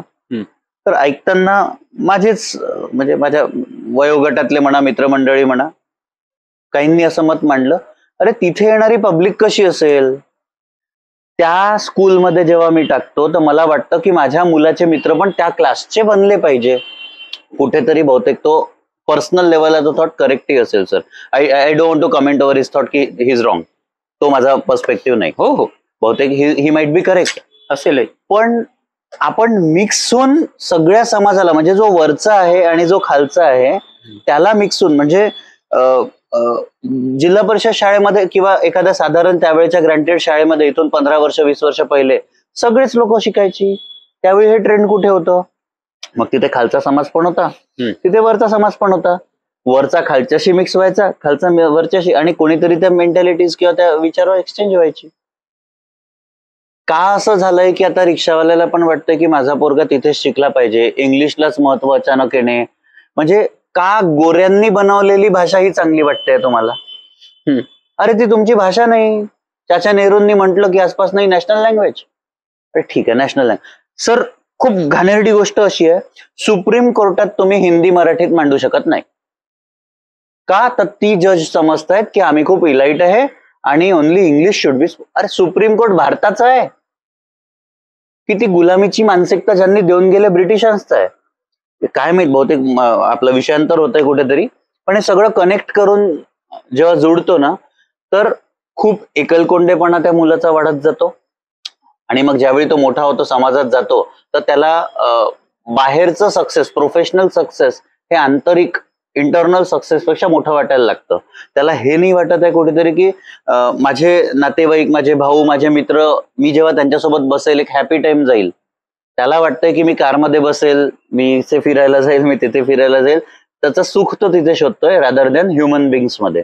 आणि मग ते एक दरी निर्माण होते. I am elite, I am better than someone, I am greater than someone, आणि मग हा क्लास खालचा. ह्या म्हणजे बहुतेक माझे विचार कुठेतरी कॉन्फ्लिक्टिंग असतील, चुकीचे असतील, आय डोंट नो. नाही असं असते का? विचार चुकीचे आणि बरोबर नसतात. मुळात विचार असतात आणि त्या प्रत्येक नव्या माणसासोबत नवे विचार असले पाहिजे. हाच तर माणूस असण्याचा किंवा आपण जिवंत असण्याचा हाच एक पुरावा आहे की आपल्या सगळ्यांचे विचार वेगवेगळे असावे. आणि भारतात असण्याचा हा एक फायदा आहे की तुम्ही सगळंच मांडू शकता. हो, आणि हे सगळे विचार वेगवेगळे असतानाही आपण एकमेकाच्या विचारांचा आदर करावा, राईट, हे त्यापेक्षाही महत्वाचं. गोष्ट कशी आहे, तुम्ही कुठल्या भाषेमध्ये शिकता, तुम्ही काय करता, काय नाही करत, हा फार दुय्यम भाग. मी या गोष्टीवर बोलतच नाही. तुम्ही काय कपडे घालता, तुम्ही कशी लाईफस्टाईल जगता, मला याच्यापासून ऑब्जेक्शनच नाहीये. नक्की तुमच्याकडे पैसे आहे, तुम्ही चांगलं आयुष्य जगा, मला त्यात त्यात काही ऑब्जेक्शन नाहीच आहे. मला काय म्हणायचंय, मी कुठल्या गोष्टीवर बोलतोय की तुमच्या समोर एक दुःखात असणारा माणूस जेव्हा येतो तेव्हा त्याचं दुःख तुम्ही फील काऊन नाही करत, त्याला तुम्ही रिलेट का होत नाही? बहुतेक त्यालाच आपण बॅकग्राऊंड मधनं शोधण्याचा एक प्रयत्न केला की का नाही करू शकत आहे तो, कारण की तो त्याचं बॉर्न अँड बॉटमच तसं झालंय. हो, बाकी सगळं असेल पण माणूस म्हणून तर आपण सेम आहो ना सगळे. माणूस म्हणून सगळे आहे ना. वेदना वेदनाच आहे ना, दुःख दुःखच आहे, आनंद आनंदच आहे. आनंदाच्या ज्या भावना आहे त्या करोडपत्याच्या वेगळ्या आणि एखाद्या गरीबाच्या वेगळ्या असेल का? दुःख सारखंच आहे सगळ्यांना, दुःखाची भावना सारखीच आहे. त्या भावना एकमेकांना कनेक्ट होता आल्या पाहिजे, त्याला त्याचं दुःख जाणता आलं पाहिजे, त्याला उराशी धरता आलं पाहिजे. ही उराशी धरणं जेव्हा माणसाला जमतं ना तेव्हा माणूस खूप काही करू शकतो जीवनामध्ये. तर हे कोणीही असो त्याला जवळ घ्या, त्याला प्रेम द्या. बाकी देणं न देणं हा नंतरचा भाग असतो. पण हे लोक आपल्या सख्ख्या नातेवाईकांना पण प्रेम द्यायला पाहतात. तर प्रेम देणं ही फार सुंदर गोष्ट आहे. एकमेकाला प्रेम द्या, एकमेकाच्या विचारांचा, एकमेकाच्या असण्याचा आदर करा. तो माझ्यासारखा नाही आहे किंवा तो माझ्यासारखा विचार करत नाही किंवा त्याची विचारधारा वेगळी आहे म्हणून तो चुकीचा आहे, त्यांनी या जगात असू नये किंवा मी त्याला संपवून टाकील, ही विचारधारा चुकीची आहे. जगात तो माझ्यापेक्षा वेगळा असू शकतो पण तो वेगळा आहे म्हणजे तो चुकीचा आहे नाही, तो वेगळा आहे. मी माझा विचार मांडेल, तो त्याचा विचार मांडेल आणि आपण शाश्वत विचाराच्या शोधात पुढे पुढे जाऊ. डिफरन्स ऑफ ओपिनियन पचवायला शिकलं पाहिजे सगळ्यांनी. तुमचं म्हणजे इथल्या राज्यकर्त्यांपासून तर इथल्या सामान्य माणसापर्यंत सगळ्यांनी दुसऱ्याचं डिफरन्स ऑफ ओपिनियनचा अभाव होतो तिथेच तालिबान निर्माण, तिथनं क्राईम निर्माण होतो, लहान मोठ्या गोष्टी आहे ना. म्हणजे जे आपण पाहतो की रस्त्यावर मुलीला पेटवून दिलं किंवा एखाद्या मुलांनी कोणाचा खून केला, एखाद्या मुलीने कोणाला, हे तर सर छोटे इन्सिडेंट्स आहेत. मोठ्या संपूर्ण सोसायटी देशच्या देश यामध्ये कन्वर्ट होऊन जातात जिथे डिफरन्स ऑफ ओपिनियन तुम्ही मांडूच शकता. राज्यकर्त्यालाही हे कळलं पाहिजे. कोणी, मी ते पण म्हटलं, राज्यकर्त्यापासून अगदी छोट्या लेवल पर्यंत सगळीकडे हे झालं पाहिजे. पूर्ण समाज तसा नको बनायला. छोटे कसं आहे सर, शेवटी परफेक्शन कधीच येणार नाही. कुठे ना कुठे कमी, कुठे ना कुठे जास्त राहील. हा जग असंच चालेल. पण मेजॉरिटी चांगलं असणे ही त्याची पॉझिटिव्ह साईड आहे. आणि थोडं कुठे ना कुठे काही ना काही बिघडणार. म्हणजे रामराज्यात असुर होते. मेजॉरिटी नाही, थोडस तरी चांगलं असावं. मेजॉरिटी नको, सेन्सिटिव्ह असावं, थोडस तरी चांगलं असावं माणसाच्या हृदयाचं. मी म्हटलं ना की तुम्हाला सगळं स्वातंत्र्य, तुम्हाला वाटेल तसं जगा, वाटेल ते मजा करा, सगळं करा. पण एखाद्या दुःखातला माणूस आपल्या समक्ष आल्यानंतर त्याचं दुःख कमीत कमी ऐकून घ्या. एवढी आपली सेन्सिटिव्हिटी ठेवा जिवंत. बरोबर, बस एवढंच चांगलं पण पाहिजे. करेक्ट बस. ट्रू. सर तसा भरपूर मोठं डिस्कशन होत आहे आपलं. हो, पण तरी पण एक छोटासा मुद्दा मला टच करावासा वाटतो. कधी कधी असं वाटतं की जे अनाथाश्रमात राहणारी मुलं आहेत ते त्यांच्यामध्ये काही इश्यूज येत असतील सायकोलॉजिकल, जसं डिपर्सनलायझेशन, त्यांची पर्सनॅलिटीला वेगळे आयाम मिळत नाहीत किंवा अँझायटी इश्यूज असू शकतात, थोडंसं बुलिंग इश्यूज असू शकतात. ते बहुत मला 100% मी डोळ्याने बघून आलोय की ते स्नेहालयमध्ये नाही. I know that. पण बाकी बऱ्याच जागेवर हे लक्षात आलं की हे आहेत, हे ग्राउंड इश्यूज आहेत जिथे आपण म्हणजे अनाथ आश्रम हा ऑर्फनेज हा जेव्हा इश्यू येतो त्यावेळी हे जे पर्सनॅलिटी मध्ये येणारे जे प्रॉब्लेम्स आहेत जे नॉर्मली सगळीकडे दिसतात, हे तुम्ही पर्टिक्युलरली कसे ऍड्रेस केले, बघा त्याला कशा प्रकारे टॅकल केलं? त्या विशिष्ट वयातून जेव्हा मुलं जातात, ज्याला आपण प्रौगंड अवस्था म्हणतो किंवा किशोरवयीन अवस्था म्हणतो, या अवस्थेतून जेव्हा मुलं मुली जात असतात तेव्हा त्यांना सांभाळणं हा म्हणजे महत्तप असतं एक प्रकारचं. बरोबर, करेक्ट. आणि एखाद्या परिवारामध्ये हा पिरियड एक वेळा येतो. म्हणजे एक मुलगा आता 8वी 9वीत जातो, तो 12वी पास करतो, तोपर्यंत त्याला सांभाळायचं असतं. कारण की त्यावेळेस तो अग्रेसिव्ह बनतो, ज्या काही समस्या येतात ते. बरोबर. आई वडील त्याला तेवढ्याच 4-5 वर्ष सांभाळतात. तर माझ्याकडे हे कंटिन्यू चालू असतं, कारण दरवर्षी पोरं वयात येतात आणि दरवर्षी कोणतरी समजदार पण होतं. तर हे सगळं चालू असतं. पण या सगळ्यावरचं एक उपाय प्रेम. तो चुकला चुकू दे, तो बोलला बोलू दे. कसं सांगायचं? म्हणजे ज्या मुलाला आपण रस्त्यावरून उचलून आणलं, त्याला मोठं केलं, तो मुलगा सडनली 11वीत गेल्यावर तुला म्हणे तुम्ही चुकीचे आहे दादा. ओके. जा बोलायचं नाही. म्हणजे तुम्ही बोलताय तो तिकडे पाहतोय, तुम्ही बोलताय तो निघून जाणार. तुम्हाला त्रास नाही होणार का? तुम्हाला त्रास होणार. बरं, स्वतःच्या पोरांनी, ब्लड रिलेशनच्या पोरांनी जरी केलं तरी दोन द्यावेशा वाटणार, उद्धट सारखा वागणार. बरं, आपल्याशीच नाही, त्या सगळ्यांशी, म्हणजे माझ्या पत्नीसोबत, बाकीच्यांसोबत असं वागणार पोरं सगळे. म्हणजे त्या वयात आले की पोरं असे वागणार. पण असे वागले म्हणून काय झालं? असे वागले की माझ्या बायकोला त्रास होते खूपदा. आपण एवढं करतो आणि हा मुलगा पहा ना कसा बोलतो, कसा वागतो. माझं एकच उत्तर असतं, उद्या तुझा मुलगा तुझ्याशी असा वागला तर मग काय करशील? टाकून देशील का? लेकरू आहे ना ते, वयात आलाय, नाही कळत का विशिष्ट अवस्थेतून चाललं, त्याला स्वतःला अनेक प्रश्न पडलेले आहे, त्याला स्वतःला कळत नाही तो काय करतोय. आपणही तिथनं गेलो जरा सांभाळून. You are another level of psychiatrist. आपणच जायचं त्याच्याजवळ. बरं, काय फरक पडतो? आपण ही काय मानसिकता अशी नसावी ना, की आपण त्याला सांभाळतो म्हणजे आपले त्याच्यावर उपकार आहे, बरोबर, असं नाही. तो रुसलाय ना, त्याला वाईट वाटत आहे ना, ठीक आहे ना, माझं लेकरू आहे, मी जाईन त्याच्याजवळ. रुसला असेल का एक वेळा ढकलून देईल मला, मी घेईल त्याला जवळ. तर व्ह्यूअर्स, या सगळ्या संपूर्ण डिस्कशन मधनं एक समाजाची अतिशय हृदयद्रावक अवस्था आपल्या डोळ्यासमोर येते. मला असं वाटतं की याच इमोशनल स्टेटमध्ये आपण हे डिस्कशन थांबवायला हवं.